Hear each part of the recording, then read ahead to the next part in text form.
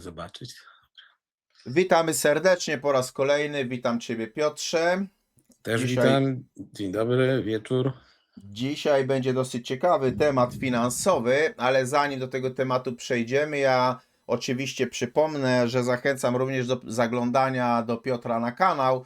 Tutaj pod naszą rozmową są te dwie ikonki, można bez problemu zajrzeć na UFO Historię. Tam wiele rzeczy się dzieje, a jeszcze tak korzystając z okazji, nie będę musiał dużo mówić, bo ci, co są na tym kanale, znają te perfumy. Zachęcam, żeby się w nie zaopatrzyć. Fajna sprawa. Jak ktoś jest zainteresowany, można napisać na kontakt @brockshop.pl albo zadzwonić na ten numer 570 814 076.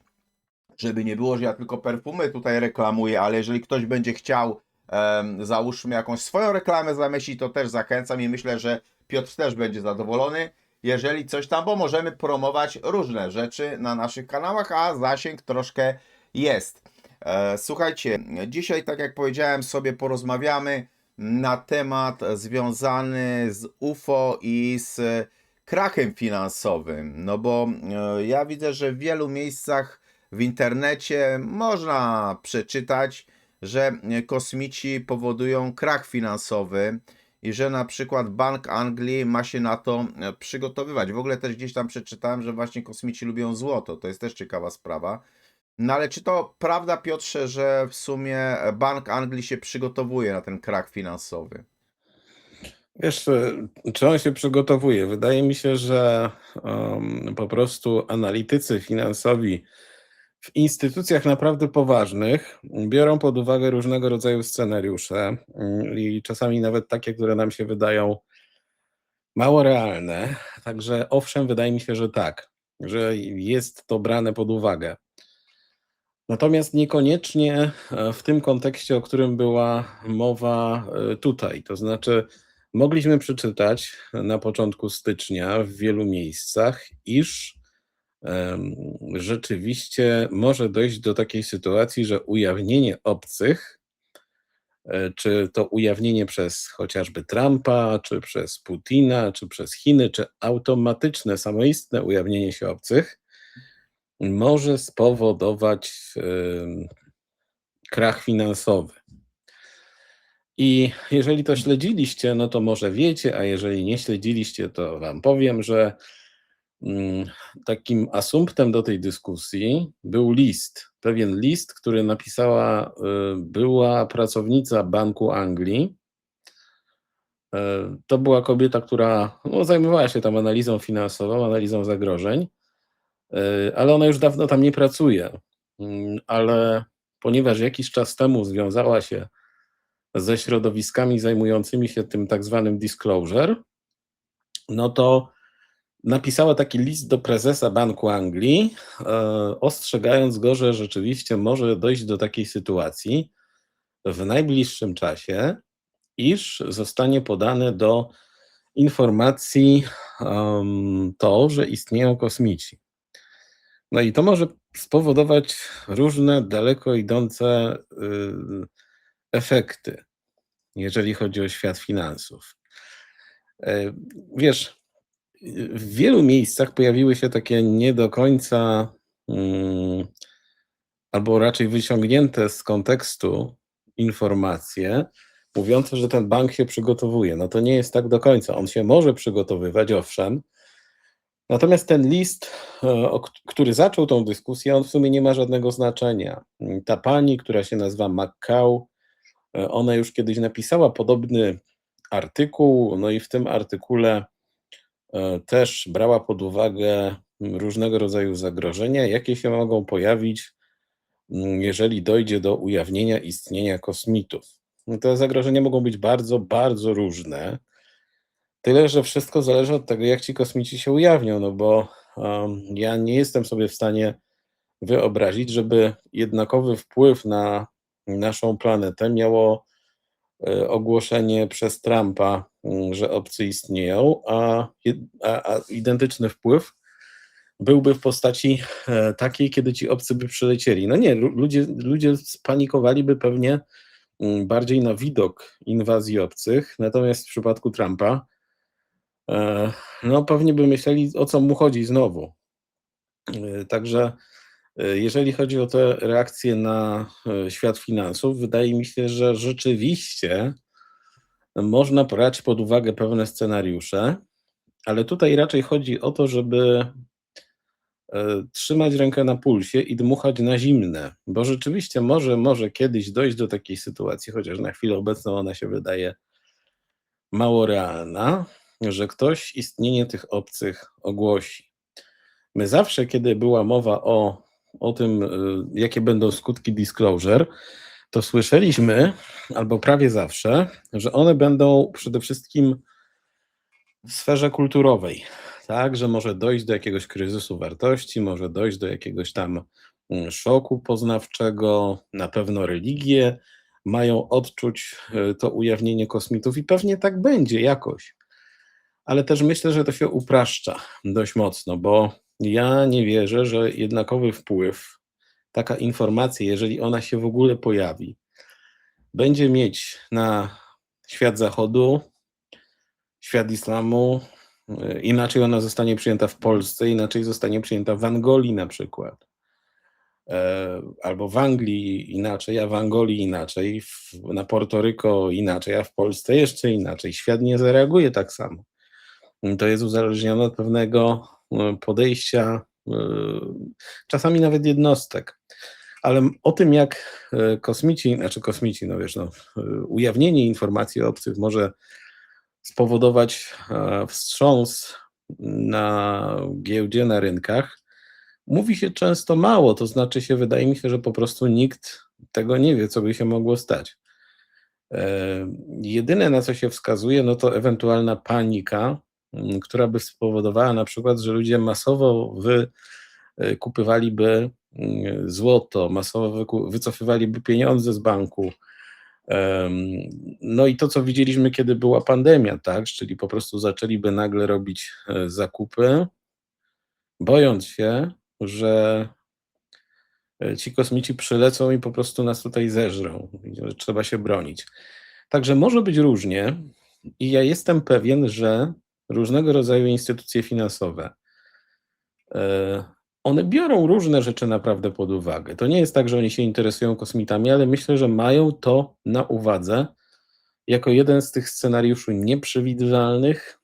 To się nazywa Black Swan często, czyli takich scenariuszy, o których nikt nie myśli, albo które są uważane za fantastyczne, ale decydenci, ci, którzy dokonują analizy ryzyka, myślę, że coś takiego pod uwagę zawsze biorą. No właśnie, mi też się tak wydaje, wiesz, że inaczej by zareagował świat buddyzmu i hinduizmu, który nawet i poniekąd by był w stanie zaakceptować tych kosmitów, którzy przybyli, a inaczej świat islamu, który wychodzi z założenia, że nie ma Boga na Dallach, prawda? A tu by nagle przyszli jacyś kosmici i zaczęli jakieś inne prawdy tłumaczyć, nie? Także świat by na pewno był inny. Ale jakie były jej argumenty, które mogłyby świadczyć, iż to ujawnienie istnienia obcych doprowadzić może do kryzysu? No ona wskazała, wiesz, na kilka rzeczy, o których już powiedziałem. To, można sobie to nawet wyobrazić i to, żeśmy trochę przeżywali, kiedy wprowadzano lockdown, kiedy wybuchła wojna na Ukrainie. Widzieliśmy, jak panicznie zareagowało społeczeństwo. No i ona mówi, że na przykład, gdyby się okazało, że obcy są, no to ludzie mogliby się przestraszyć, to po pierwsze.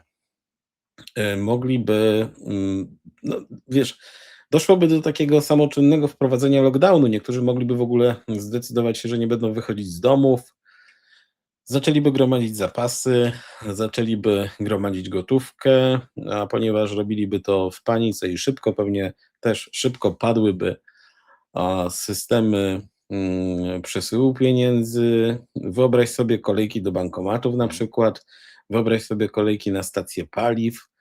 Padają łańcuchy dostaw na przykład, bo wszystko jest wykupione. Nagle brakuje pieniędzy w bankomatach, w bankach. Ludzie zaczynają się niecierpliwić, zaczynają wykupywać leki, nie ma leków niektórych i tak dalej, i tak dalej. Wiesz, to by pociągnęło za sobą na pewno jakieś konsekwencje, Ona mówi tutaj o też dalej idących konsekwencjach, że mogłoby to doprowadzić w ostateczności do upadku banków niektórych i tak dalej. Mhm. Ja osobiście nie wiem, wiesz, tutaj trzeba wziąć pod uwagę to, że wszystko zależy od scenariusza, jakim by się to wszystko potoczyło. Mhm. Bo jak mówię, no wychodzi Trump i mówi, nie jesteśmy sami na ziemi, ho, ho, ho. No, nikt by nie wziął tego na poważnie, a przynajmniej wiele osób by nie wzięło, bo zastanawiano by się, co on ma za cel, jaki ma cel, żeby o tym mówić, tak? To jest kolejna sprawa. Także de facto pani McCall wskazuje nam na istnienie pewnego problemu, o którym nie możemy nic powiedzieć, dopóki się nie wydarzy. Mhm. Ale też ja nie jestem takiego zdania, że dojdzie do paniki na masową skalę, no bo wyobraź sobie, no my tutaj jesteśmy w Polsce, no i co? Niech ten Trump ogłosi istnienie obcych. No to nie wiem, no na drugi dzień autobusy nie wyjadą? Oczywiście, że wyjadą. Co, ludzie do pracy nie pójdą? Oczywiście, że pójdą. Mm, Tak to wygląda. No, nawet w tym najgorszym scenariuszu, że ci obcy przylatują, tak? Mhm.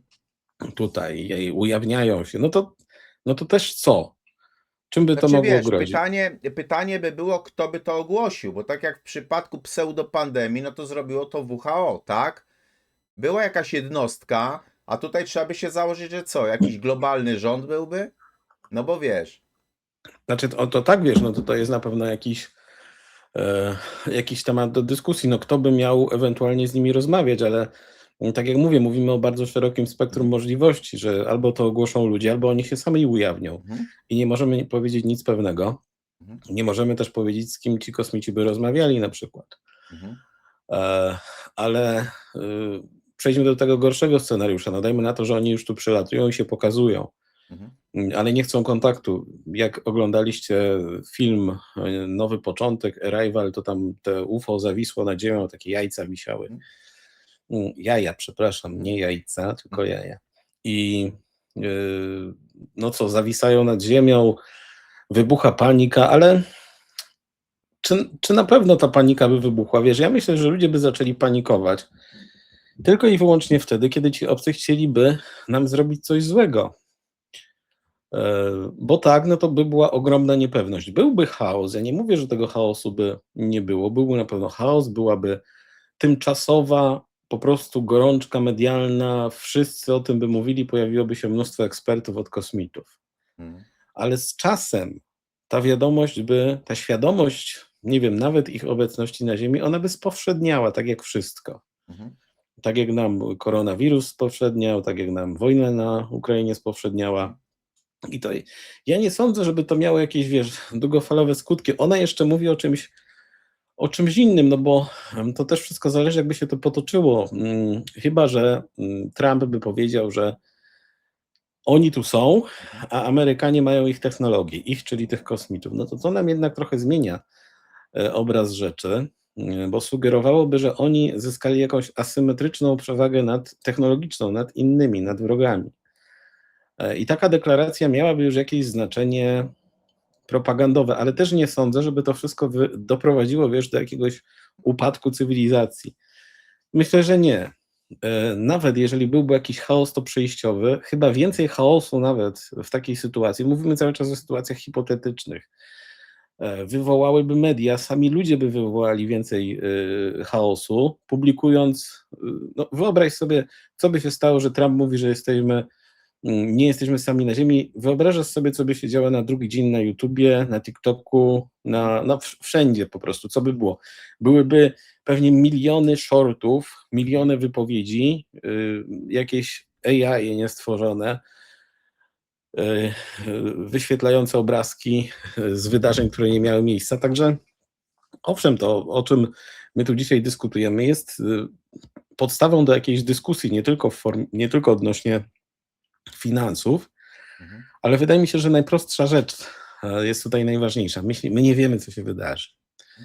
My nie wiemy, jakby to miało zostać ogłoszone i to naprawdę dopiero moglibyśmy coś myśleć, gdybyśmy mieli jakąkolwiek pewność, jak to istnienie obcych zostanie ujawnione. No bo gdyby to na przykład było w taki sposób, że wyjdzie jakiś naukowiec z NASA i powie, że oni istnieją, ale są bardzo daleko, to prawdopodobnie nie miałoby w ogóle żadnego wpływu. Prócz takiego, że dużo mówiono by w mediach o życiu w kosmosie. No właśnie, pytanie tylko jeszcze, co by bardziej ludzi przeraziło? Czy ludzi bardziej by przeraziło to samoistne ujawnienie się obcych, czy po prostu to ogłoszenie przez Trumpa, no nie? Bo to jest tylko w tej chwili myślę, że to by była jakaś taka drobna gdybologia, nie? No ale ciekawa sprawa, co bardziej by ludzi przeraziło w tym przypadku, nie? Na chwilę obecną, gdyby się to stało dzisiaj albo jutro i gdyby Trump powiedział, że nie jesteśmy sami, to ludzie by tak zajrzeli do internetu, potem by uświadomili sobie, ile razy on takie rzeczy już podobne mówił, ale oczywiście bez opowiadania się bez stwierdzania jakichś rzeczy, tak? Potem by sobie przypomnieli to wszystko, co mówił odnośnie Grenlandii na przykład, co w ogóle mówił ostatnio i doszliby do wniosku, że no cóż, ten człowiek może i zdolny byłby, chcąc się zapisać w historii do tego, żeby ogłosić istnienie obcych, ale czy mu wierzyć? Bo on może jutro zmienić zdanie i powiedzieć, to tak mi się powiedziało tylko na przykład. Także to jest pierwsza rzecz. Moim zdaniem to, co by przeraziło ludzi najbardziej, to jest autoprezentacja obcych. Oni tutaj przylatują i jakoś się ujawniają, nie wiemy nawet jak.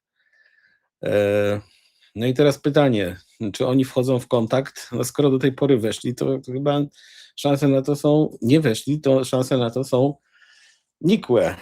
Jeżeli by to zrobili w inny sposób, no to jaki? Nie wiem, rozesłaliby nam wiadomość jak alert na komórkę. Także myślę, że wiele osób tkwi w takich stereotypach, które gdzieś jeszcze wywodzą się z czasów bardzo dawnych, z dawnej literatury, kiedy każda książka UFO wspominała o wojnie światów i tej panice, jaka miała wojna światów wywołać, co zresztą ponoć też nie było prawdą. I wiele osób to powtarza, tak, obcy przylecą, będzie panika, panika. Może jakaś będzie, ale większą panikę zrobią tiktokerzy i ludzie rozsyłający jakieś, niesprawdzone informacje, aniżeli nawet ta sama prezentacja obcych. Tak mi się wydaje. Po prostu ludzie są na chwilę obecną już tak ogłupieni przez internet, że to chyba byłoby główne koło zamachowe, jeżeli chodzi o wywoływanie jakiejś paniki. Chyba że dojdzie do jakiegoś incydentu, który jest absolutnie nieprzewidywalny, ale patrząc na to, jak prezentowała się sprawa UFO do tej pory, wydaje mi się, że jednak ta opcja, że ktoś to ujawnia, będzie bardziej możliwa. Tylko jak mówiłeś, pytanie kto? Czy Trump, czy Xi Jinping, czy Putin, czy jakiś mniejszy kraj, czy jakaś rada naukowców międzynarodowa. To wszystko miałoby określone konsekwencje. Ale nawet gdyby zrobiła to jakaś grupa naukowców, no to wszyscy sobie by zadali pytanie, no dobra, nie jesteśmy sami, no ale gdzie oni są? Czyli powróciłby paradoksalnie paradoks nomen omen Fermiego, no bo my może mamy świadomość istnienia różnego rodzaju anomalii, ale największa tragedia nasza również w tym wszystkim jest taka, że ktokolwiek po tej drugiej stronie stoi, on się nie chce kontaktować. I myślę, że tutaj pani McCall mówi, żeby się przygotować na istnienie obcych, ale co jeżeli prawda na temat tych obcych jest nie taka, jak my sobie wyobrażamy, jak ona sobie wyobraża, że to jednak nie są przybysze z obcej planety, że to jest coś innego na przykład. No i co wtedy? Czy też dojdzie do tej paniki? To nam tylko pokazuje, jak to jest bardzo rozbudowany temat. A powiedz mi tak już może na zakończenie, czy kontakt z obcymi twoim zdaniem to tylko zagrożenie, czy może to też jest jakaś szansa? Słyszeliśmy w ubiegłym roku i 2 lata temu bardzo często taką śpiewkę, która mówi, że być może oni tutaj wcale nie rozbijają swoich maszyn, mówię o obcych, tylko może oni te maszyny tu nam zrzucają albo podrzucają, żeby sobie ludzie jakąś technologię z nich grabnęli i żeby przyspieszyli swój rozwój.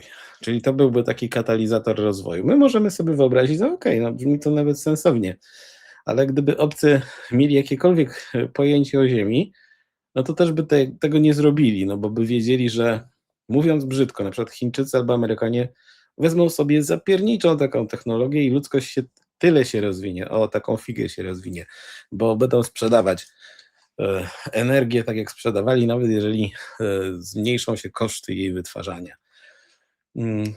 Czy jest jakaś szansa? Na pewno jest, tylko że tutaj wchodzimy na pole pod tytułem stopnie cywilizacji. Czy nam by to nie wyrządziło żadnej krzywdy? Czy w ogóle, skoro do tej pory nikt się z nami nie skontaktował i nie zrobił tego, żeby nam przekazał jakąś wiedzę, to czy to się stanie? Czy to jest realne? Na jakim szczeblu to jest realne? My ciągle myślimy pewnymi kategoriami, pewnymi stereotypami jeszcze z dawnych lat. I to są stereotypy wynikające z naszej historii. Że kiedy się pojawiał przedstawiciel wyższej cywilizacji, to przywoził temu, dajmy na to, Indianinowi prezencik w postaci jakiegoś tam paciorka, w postaci no, czasami nawet pistoletu, w postaci jakichś błyskotek. No jak był trochę mądrzejszy, to lekarstw i tak dalej. I my cały czas tak na to patrzymy, że jeżeli przylecą obcy, to będą się musieli, to zachowają się podobnie, bo tak, bo u nas się tak ludzie zachowywali na Ziemi, to ci z kosmosu też będą. Wydaje mi się, że no, może być zupełnie inaczej. I dopiero kiedy my się pozbędziemy tych różnego rodzaju stereotypów i tych wzorców myślowych, no to zobaczymy, że tam się otwiera całe spektrum różnego rodzaju możliwości i te inne istoty, inne byty czy inne cywilizacje, one mogą mieć swoją własną agendę działania. Ale wspomnę to jeszcze raz. Tutaj mamy do czynienia z tak szerokim zakresem tematycznym, bo możemy powiedzieć, że na przykład te istoty, one nie są w 100% materialne, że nas coś odwiedza, ale to nie jest materialne w takim stopniu jak my. A może to są ludzie z przyszłości, którzy chcą nam coś powiedzieć, kontaktują się z nami, ale im nie wychodzi. A może to jest po prostu Matrix, może żyjemy w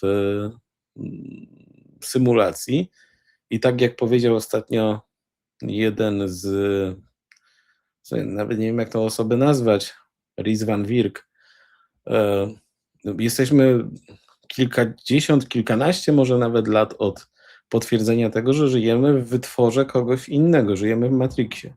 No ale to wiecie, to są takie internetowe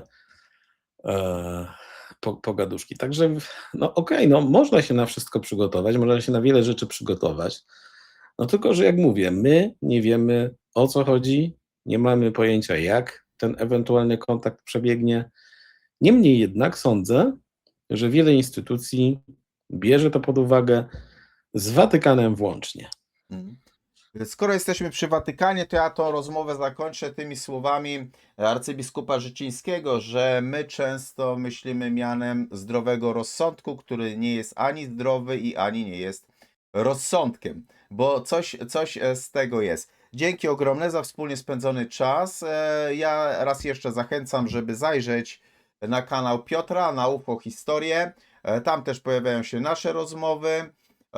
No i oczywiście lajkujcie, subskrybujcie nasz kanał, udostępniajcie komu tylko się da, bo im nas więcej, tym większa burza mózgów i komentujcie oczywiście nasze spotkania. Dzięki ogromne raz jeszcze Piotrze, pozdrawiam i do następnego razu.